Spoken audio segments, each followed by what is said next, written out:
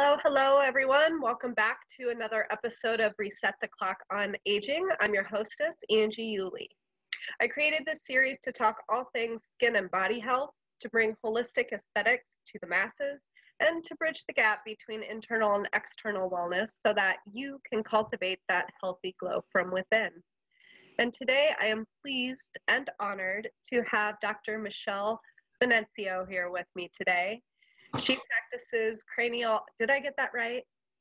No, but it's okay. Piano. I love teaching the pronunciation of my name. I do it all the time. It's super vulnerable and intimate.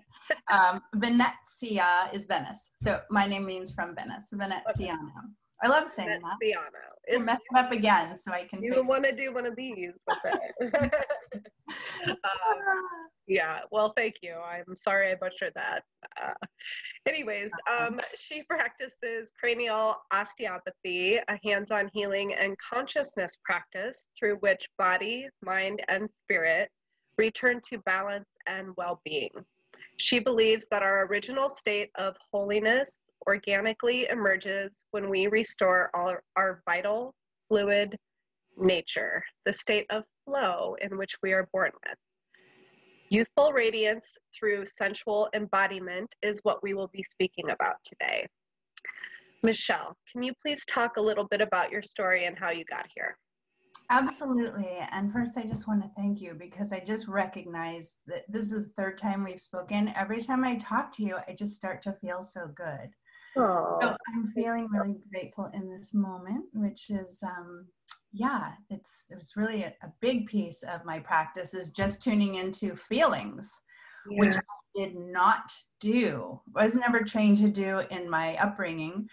And then medical school was obviously very intense and very mental and not very, we're taught to remain stoic and kind of hold the ground when all kinds of crazy stuff is happening. So by the time I graduated, I was very competent. I wouldn't say I was very sensual. I was pretty dehydrated. I then went and had a baby less than a year out of that whole long 7+ year training. Wow. And exactly. And so by the end of that, I was still young, but I just didn't feel young. And one of the things I'd been doing was really pretty intense exercise just to deal with the stress. So I had kind of compressed my spine and being that I really wasn't connected to my body with my attention, I was so in my head, it felt like all of this just went to sleep. And I actually had a disc, I didn't even feel it, that it had blown out. And here I was starting my medical practice with a small infant, and I didn't have time to deal with this tissue repair project that, and here I was in a sitting job. So I really had to dig deep and figure it out, and I did. I've largely grown back this disc, and I've in the meantime also built I boosted the fullness of my skin from head to toe. Wow, that's incredible. My sister just saw a photograph of me from 10 years ago, and she said, "Wait a minute, you looked older then than you do now. What's going on?" That's beautiful. So, first of all, I want to say I'm very glad that we got connected as well. So thank you, Gina Bria, for that, if you're watching. So talk to us a little bit about sensual embodiment. What is it exactly? Okay, so there's a neuroscientific way to talk about it because we know exactly now how this works.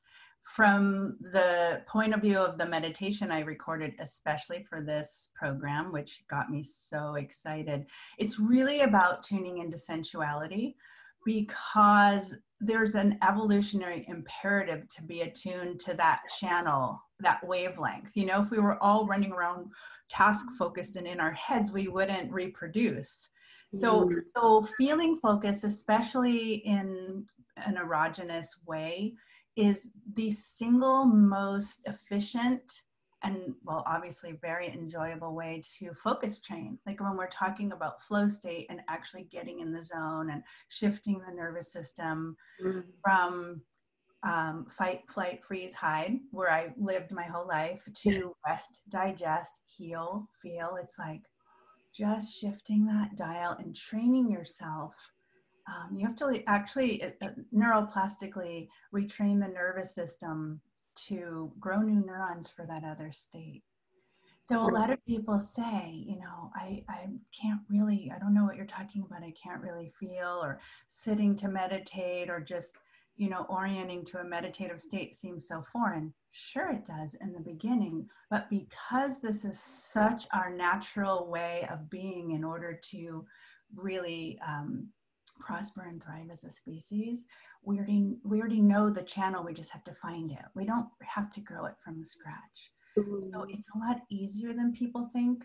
And then we're also in this, gee, all the gains I've ever had were, you know, gotten by effort and no pain, no gain.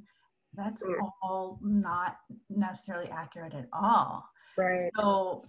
So what is it exactly? To answer your question, I rebuilt my disc and healed my skin by keeping my attention focused on the ground and doing, you know, sometimes I have to really like fake it till I make it.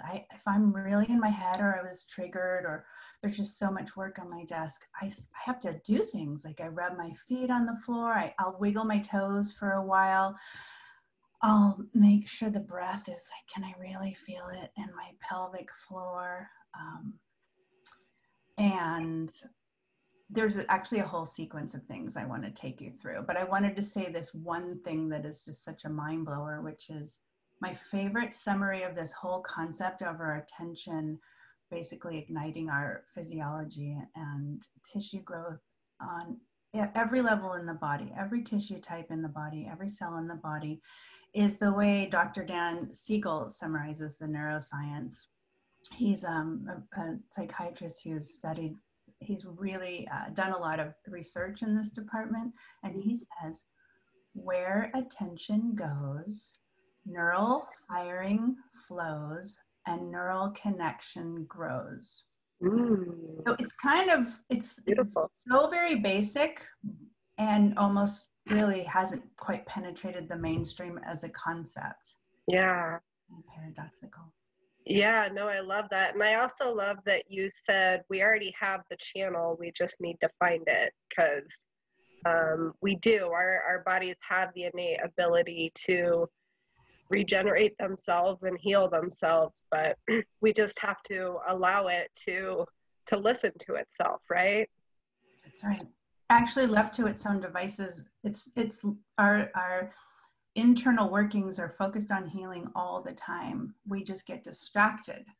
So we're actually always there, and then we're pulled, our attention's pulled into our head, or, you know, when we're not feeling our body, we can't tune into how actually safe we are. Like if we're connected to the ground or connected to our inner knowing, we can respond differently to the environment. But when we're not feeling, our stories will start to run, and that'll amp us up even more into our heads, and that changes the whole body chemistry. Yeah, and that brings us back to what you mentioned about, you know, being in fight or flight, which so many of us function in these days, unfortunately. And then how we bring it back to the rest and digest. So can you talk a little bit about how Sensual Embodiment promotes health and healthy skin? Yes, I'm going to be really specific. I've developed a series of hacks for this that just are so basic and so enjoyable. So the first one I did say, like, actually gripping the floor with your toes even when you're walking, that's a parasympathetic loop that goes up the back of the body. It's a back body activation, which is this, you know, when the back of the body is recruited, is stimulated, it has this whole, like in psychology, we know that when people are open and feeling safe, and they have this commanding presence that's really receptive. And that, if that is reflected in the emotional state inside, which is reflected in the body chemistry. So if we begin to kind of just that simple piece, and then there are other pieces, but I have a whole walking practice too for walking in flow with this natural, most natural walking, opposite of what we do, by the way. But the most natural walking is this full-time engagement of the back body, which is so beautiful for calming the nervous system, but also toning all the muscles. Like one of the things I wasn't doing, I wasn't in my body, I wasn't activating that loop. And so my low back wasn't supported when I was running. And not only did I injure myself, I lost a lot of tone that I now have back. Wow. Yeah. So how do we activate that loop? Well, one of the most simple things when you're seated, because I was thinking of going through the seated loop, but when you're seated, to like, animals move across the ground by grabbing and pushing the ground behind us. So it's this very deliberate, full range of motion experience between the foot and the ground. Because in fluid or feminine walking versus this marching kind of masculine thing that's very non-sensual, that's very cultural, right? We don't do a lot of sensual swaying, especially in America. We do this very militant, rigid thing. But when we start to savor the nuance of the full range of motion of every joint, from the toes, and just the sensory experience right now I'm feeling of the carpet. And then even if I'm in heels, if I can, in fact, I'm thinking of doing a heel your back in high heels, because I think you can. Oh. With this awareness of engaging every joint fully and consciously. And it's all about how much are you really savoring and enjoying the experience? How rich of a sensory experience is it? Because that runs completely different wiring. Your head may say high heels are bad, but your body may love the experience and play with some things. And so the whole lower body is a shock absorber. The whole body is a shock absorber. Everything can be, you know, sort of moving rhythmically in relation to the environment all the time. So my patients say, like, because I reset people to flow state physically on the table, energetically and physically as an osteopath. That's the way I practice. Yeah. And they say, how long is it going to last? And I say, well, we just rebooted it. We refreshed it. Now you got to run it. Yeah. So most of what I do is teach people how to run it. Perfect. Yeah. And then get it going themselves if they don't have access to someone. Like a great yoga class can turn everything on and have it all integrated again, where, you know, the whole body's moving as one and you feel that calm, soft glow. And then how about try on the idea of, can we be in a yogic relationship with the world all the time? And the answer is yes. So the practice I recorded for this series is basically seated yoga. I would say there's a big sensual component, kind of like a Kundalini or tantric practice that, I'm really doing it all the time. I'm never in my car or at my desk without some kind of subtle, fluid awareness happening that's just bringing it feels like a vacation. It feels like I'm on vacation all the time when I manage to rest in this setting.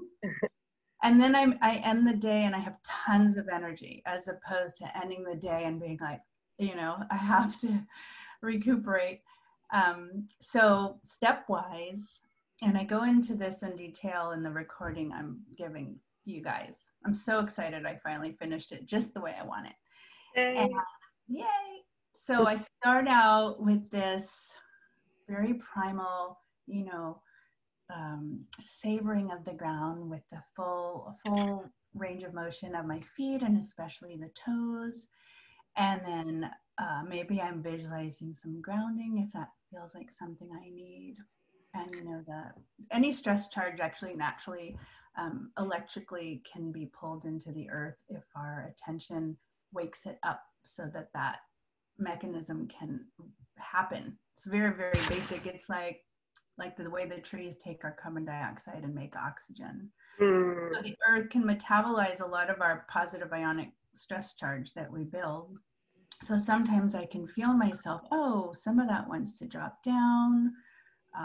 Then moving up, I feel the pelvic floor. Like I want to feel my breath in there. But, you know, there's also a big plexus of nerves under the tailbone that is connected with the parasympathetic nervous system. So you want to make sure that's awake. That's your root. And then, you know, in the yogic tradition, this pelvic floor is where we cultivate the Kundalini energy that can then cycle through the whole body. And in osteopathy, we recognize that as well. I can feel it now. It's not an abstract concept anymore. It took me a few years, but I can feel it. And my goal with the treatments I do with people is to make sure that it's on and, you know, running really smoothly, like a wave in an ocean versus turbulent water on the shore. Or a lot of people, I can't even feel it. It's all stuck up here. And then it has to come down, and then it has to smooth out. So tuning into that pelvic floor, staying awake there, like not gripping ever, but just feeling, you know, a little bit of, you know, pulsing. I just check in with it periodically and imagine it's a pump that moves this, cycles this energy. And maybe there's even some arousal that comes in, which is the fastest way to shift your nervous system because of that evolutionary imperative of that's what we're wired to focus on, right? It's just how we are. So there are stories in our head that may make that a little bit embarrassing, but that all has to go from a medical standpoint. Yeah. And then the other thing is making sure the breath is coming all the way through. Like sometimes I can feel it down to my feet, but our attention is so forward.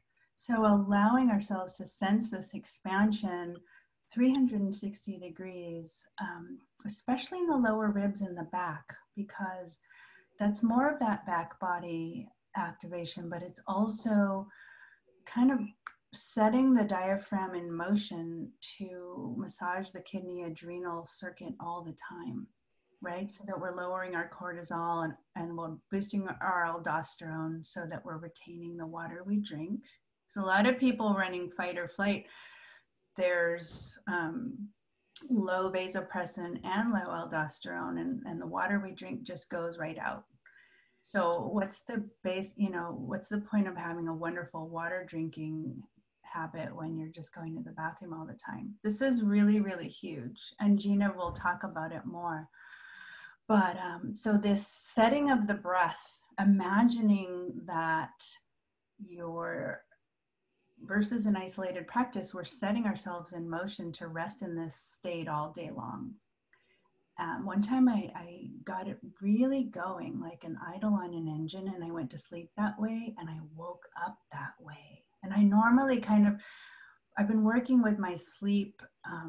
If I ever go to bed and don't settle, I can spend the whole night a little bit restless. But it's really remarkable how the way you breathe during the day can very easily carry through the night. So that's really something fun you can experiment with. And the big piece of it is this tongue palate contact, which not only stimulates, I'll show you, so my whole tongue is across the roof of my mouth, especially in this back. Can you see that? Yeah. Because that's where the vagus nerve and other nerves of this ventral vagal complex of the most restorative state in the body are stimulated.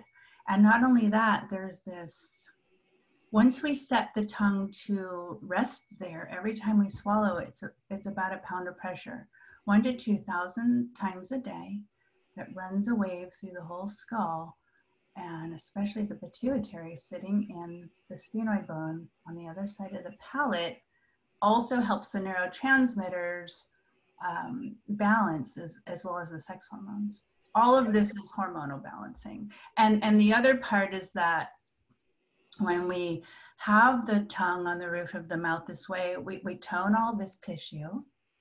I can see people, they're walking down the street, they have a waddle and no ass. I'm like, oh, we got to get the feminine to the masculine. But it's opposite, from the masculine way of walking and sitting and thinking to the feminine way of feeling and breathing and savoring. And then I see people's structure change really quickly. It's like your own personal body sculpting, effortless, because it's happening in the background while you go about your day. It's the most glorious thing. I'm so excited to teach all of this. In fact, all my teaching just got sponsored to be professionally done on the MindRise meditation app. I'm unbelievably excited about that. But and back, I'm excited for you. Oh, thank you.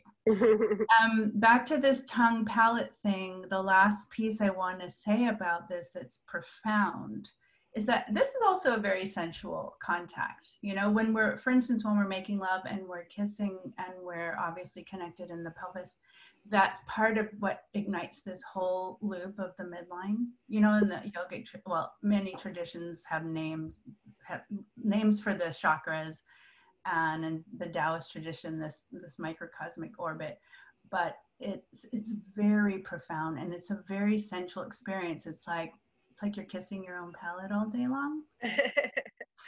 But the other piece of that is this has you breathing through the nose, which allows you to inhale the nitric oxide that's produced in these passages. So you actually have a vasodilator that opens your blood vessels and has you receiving more blood flow, even to the level of the microcirculation in your skin. So every tissue in your body gets more air, gets more oxygen, and you also get more carbon dioxide, which is also retained here, and that creates a much more efficient oxygen delivery at the level of the tissues, where the oxygen and carbon dioxide they switch at the hemoglobin level of the blood cell. So did I cover all of it? Do you have any questions about what there was a lot in there. I talked really fast. I get really excited. No, you didn't talk fast at all. I think it's important to start paying attention to how we hold our body, right? Or move our body. So I'm really glad you're bringing this up. And I know the exercise that you're giving people is, it is beautiful. I have thankfully experienced it myself. So make sure to check that out, everyone. What else would you like to mention while we still have each other here? I'm really, really excited to give you guys this meditation. I'm excited to have your feedback on it, because I've noticed that everything wonderful comes from communal, engagement, which is my favorite idea. I noticed I have taken a while to really bring this work out, and I think in a way it's because I've been trying to do it by myself. So I really love the creating of community around discovering new levels and layers of this new way of living. Yeah. Beautiful. Thank you. And so you've talked about your free gift. Can you, like, if somebody was to take away one single action step that they can implement today, I mean, I know there's your free gift, but what is like one thing you want people to like implement today? Allow yourself to be guided through the world by your attention on pleasure and what lights up your heart. It'll often be different than what your head says. You'll think, no, I can do this one extra thing because it'll only take 1 second. But your body says, no, I actually want to stop and window shop and then, get a smoothie. It's not practical, but these are the things your body's saying. This is going to keep me in my flow state. So listen and attune, let your attention go right to what's exciting and pleasurable, and you will be guided very well through your day. Beautiful. Allow yourself to play, right? Exactly, absolutely. Even if it's not practical, it's really important a lot of the time. Mm-hmm. Yes, I agree. I feel, especially right now, I think we need to implement that a little more into our lives. Absolutely, a lot more. Yeah. Michelle, this has been so incredible, and it's no surprise that it has. I really appreciate you doing this today. So I'm so inspired, Angie, just by the amazing group of panelists you put together, and just how really elegantly you brought this whole program together. It's really inspiring.